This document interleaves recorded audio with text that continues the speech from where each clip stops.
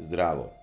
En zelo star tekst bi vam rad prebral, ki je z mano že več kot 25 let in bom rekel, da ga sam nisem razumel v večjih kosih, mi je pa dostikrat dal motivacijo, in me popeljal ven iz težkih trenutkov, ki sem jih imel, tako kot najbrž prav vsak.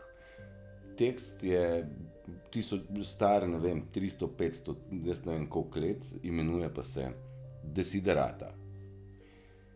Stopaj umirjeno skozi hrup in hitenje sveta in spomni se miru, ki ga najdeš v tišini. Kolikor je mogoče, bodi v dobrih odnosih z vsemi ljudmi.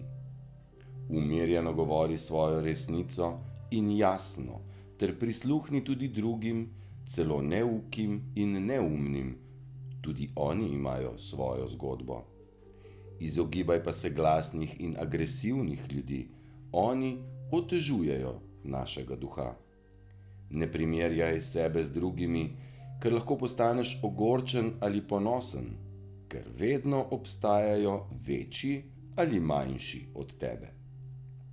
Veseli se svojih dosežkov, kakor tudi svojih darov.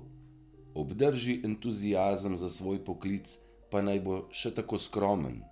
To je prava vrednost v spremenljivih časih.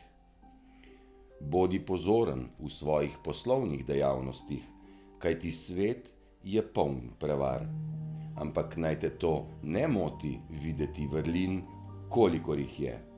Mnogi ljudje težijo za visokimi ideali in povsod je življenje polno heroizma.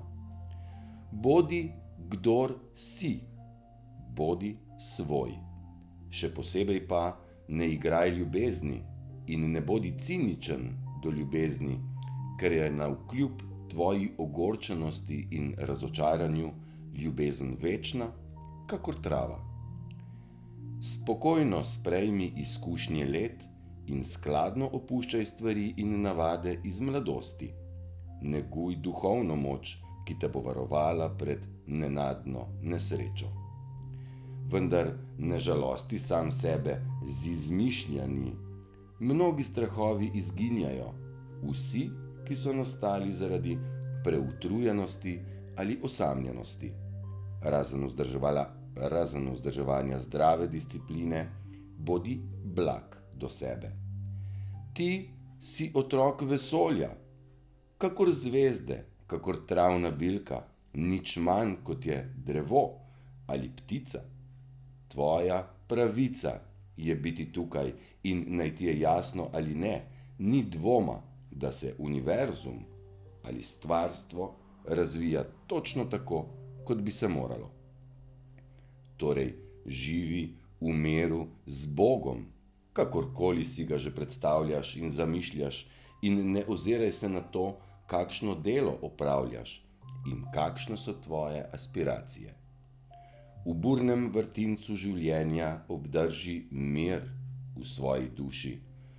Kljub vsem umazanijam in vsem tožbam, navkljub neizpolnjenim sanjam, to je vendar krasen svet. Bodi pazljiv, ti si lahko srečen. Mir na nebu in pod njim. Ta tekst najverjetneje zdaj mnogo bolj razumemo, ker smo se vsi znašli kolektivno na preizkušnji. Z Bogom v miru, ti si lahko srečen.